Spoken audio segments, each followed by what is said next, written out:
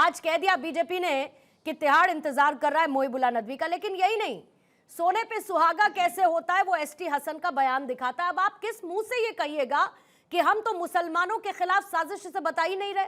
जब मस्जिद पर बुलडोजर नहीं चलना था, ये पहले से तय था, तो फिर आग में घी डालने का काम समाजवादी पार्टी के नेता क्यों कर रहे हैं? आप देखिए, पहली चीज तो आपको ये बता दें कि जो हमारे सांसद वहां पर गए थे, उनके समझाने बुझाने पर ही वहां से भीड़ हटी थी। और जो 150 150 लोग रह गए थे, उसमें कॉन्स्पिरेंसी भारतीय जनता पार्टी और आरएसएस की विंग के द्वारा किया गया था कि ये जो कार्रवाई है ये मस्जिद को डिमोलिश करने के लिए है, और ये अफवाह उड़ाई गई थी, जिसका ये परिणाम।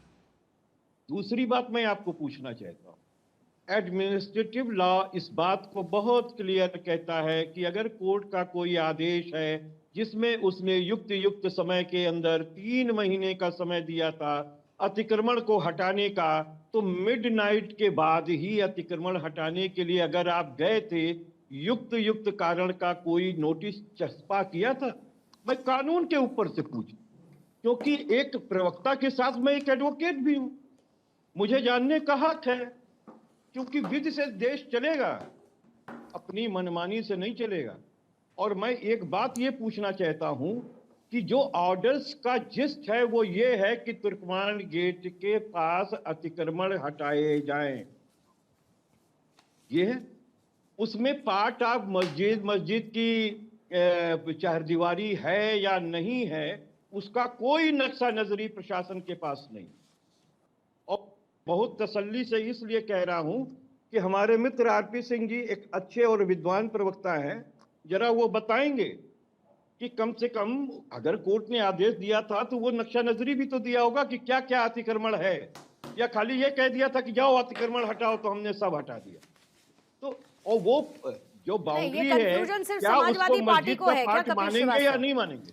ये सारा का सारा कंफ्यूजन सिर्फ समाजवादी पार्टी को है क्या? जब वहां पीस कमेटी की बैठक हो चुकी, 3 बार बैठक हो चुकी, भीड़ वहां से जा चुकी थी, रात में अचानक से आपने वीडियोस देखे जो इस वक्त चल रहे हैं सोशल मीडिया पर, जाग जाओ मुसलमानों, क्या हो रहा है तुम्हारे साथ? बाइक लेकर एक लड़का जा रहा है, रिकॉर्ड करता, देखो 1 बुलडोजर 2 बुलडोजर, देखो क्या क्या हो रहा है। ये सब कुछ भड़काने वाला नहीं था। और एसटी हसन क्या बीजेपी पार्टी से ताल्लुक रखते हैं?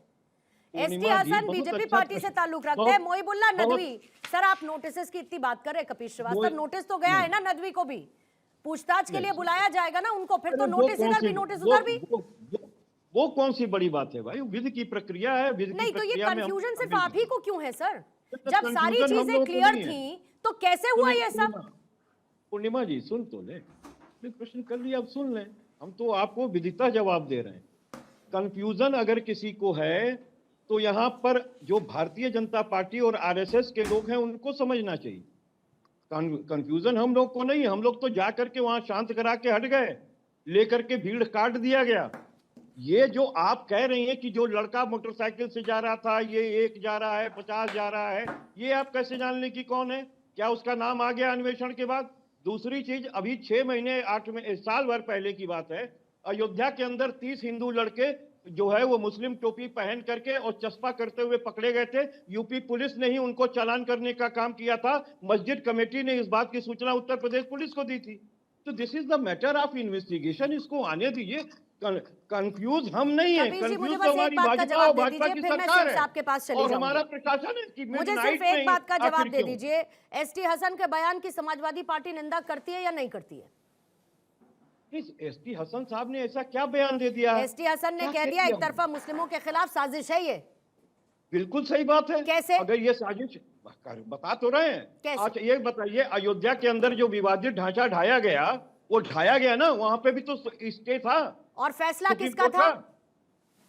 सुप्रीम कोर्ट का स्टे था। और भारतीय जनता पार्टी, आरएसएस और शिवसेना ने मिलकर के डिमोलिश कर दिया और अल्पसंख्यकों के मन में भय पैदा करने का काम किया। और जब चाहते हैं अफवाह फैला देते हैं कि मस्जिद डिमोलिश हो रही है, मस्जिद के साथ कुछ नहीं होना था, ये सब कुछ तय था पहले से ही। लेकिन एसटी हसन अगर इसे एक तरफा मुस्लिमों के खिलाफ साजिश बताते हैं और समाजवादी पार्टी के प्रवक्ता के तौर पर आप इसे जायज कहते हैं, तो फिर सोचना पड़ेगा सर, फिर सोचना पड़ेगा कि ये देश बचेगा कैसे। ये देश ये ऐसे ही पूरा- बंटता जाएगा अगर इस पूर्णिमा- तरीके के बयानों को आप पूर्णिमा एंडोर्स जी, करेंगे सर। पूर्णिमा जी पूरा देश यही समझ रहा है नहीं, पूरा देश कि नहीं जितनी समझ रहा है। कार्रवाइयां ये हो रही चुनिंदा हैं, वो लोग वो हैं एक ही जो ओर देश क्यों हो रही है? में बुलडोजर का मुस्लिमों रुख के एक लिए ही ये ओर क्यों बताने है? की कोशिश दो तरफा करते हैं क्यों कि नहीं है? देखो तुम्हारे देखिए, खिलाफ कितनी बड़ी बड़ी चीजें और साजिशें हो रही हैं। नहीं, पूरा देश ये बिल्कुल नहीं समझता वो है भी सर। सनातनी और पुरातनी है। आरपी मैं भी सिंह साहब- सनातनी और पुरातनी हूँ। आरपी मैं बहुत सिंह साहब- स्पष्ट सी बात कह रहे हैं, लेकिन हम लोग सेकुलर लोग हैं। इस देश के संविधान से देश चलाना चाहते हैं, अपने आरपी सिंह फरमान से नहीं साहब, चलाना चाहते। समाजवादी और ये पार्टी के भारतीय जनता हिसाब पार्टी से और आर्य संविधान की फरमान से धज्जियां चलाना उड़ती चाहती है। हैं। कपिल श्रीवास्तव के हिसाब से नियमों का कोई पालन नहीं होता है। मुसलमानों के खिलाफ एक तरफा साजिश रच रही है आपकी सरकार और साथ में मिलकर आरएसएस। क्या करें? बाकी सारे सीसीटीवी फुटेज को, जो लोग पकड़े गए, जिनकी गिरफ्तारियां हुई, जो पूरा का पूरा सोशल मीडिया पर एक कैंपेन, एक साजिश चलाई गई, नजरअंदाज कर देते हैं उसको और पार्टियों में बांट देते हैं कि किसका कितना बड़ा रोल रहा देश को एक बार फिर से हिंदू मुस्लिम के कटघरे में लाने की, उसको बांटने की। पूर्णिमा बहन, मैं इनके जो प्रमाइस है ना कि एक तरफा काम हो रहा है, सिर्फ मुसलमानों को टारगेट किया जा रहा है, इस प्रमाइस को मैं तोड़ता हूं। झंडेवाला के बगल में एक मंदिर था, उसको हाल में भी डिमोलिश किया गया। कोई पत्थरबाजी हुई कहीं? आपको शोर शराबा सुनाई दिया? कोई सांसद गया वहां पर आधी रात को उठकर? इनके यहाँ तो नबी साहब पहुंच गए थे आधी रात को। उससे पहले मयूरीवाल में एक मंदिर डिमोलिश हुआ था। जहां मैं रहता हूं न्यू इंद्रनगर में, वहां पर आज से कोई साल भर पहले मंदिर डिमोलिश हुआ था, 1.5 साल पहले मंदिर डिमोलिश हुआ था। किसी ने कोई हल्ला नहीं किया। वो अनऑथराइज थे, उनके नोटिस आए, नोटिस जारी करने के बाद एमसीडी ने उचित कार्रवाई करी। उसमें कैसे कोई रोक सकता है? और ये जो बार बार कह रहे हैं कि कोर्ट ने तो कहा था कि वक्फ की लैंड है तो साबित कर दीजिए, और जिन्होंने पीआई लगाई थी उन्होंने तो डिटेलिंग दी थी कैसे कैसे वहां पर एक नाजायज बैंक्वेट चलता है, जो कि अपनी मर्जी से, पता नहीं किसके पास वो पैसे जाते थे, किस किसकी उस कमाई में हिस्सेदारी थी। अब जिनकी हिस्सेदारी थी उनको ज़्यादा दिक्कत हो रही होगी, परंतु ये ऑनगोइंग एक्टिविटी है। रिलीजियस प्रमाइसेस जो कि अनऑथराइज हैं उन पे कार्रवाइयाँ होती हैं। उसमें मुझे याद है आज से कुछ साल पहले शीशगंज साहब जो गुरुद्वारा है उसके बाहर एक पानी की छबील लगती थी, पेड़ लगता था, वह भी तोड़ा गया था। अब वो कहेंगी नहीं, वो तो सिखों को टारगेट कर कर किया गया, वो तोड़ा गया, बाद में कागज पेश किए गए। अब इसमें भी आप शरारत समझेंगे कि क्या, कि इनको जानबूझकर उसको हिंदू मुसलमान बनाना है और अतिक्रमण के पक्ष में। मुझे पता नहीं वो कौन बैंक्वेट फैसिलिटी किसकी चलती थी, पर बैंक्वेट फैसिलिटी थी, मेरा कई बार जाना हुआ उस जगह पे एक बैंक्वेट फैसिलिटी थी जो कि अनऑथराइज थी, और वो अतिक्रमण था।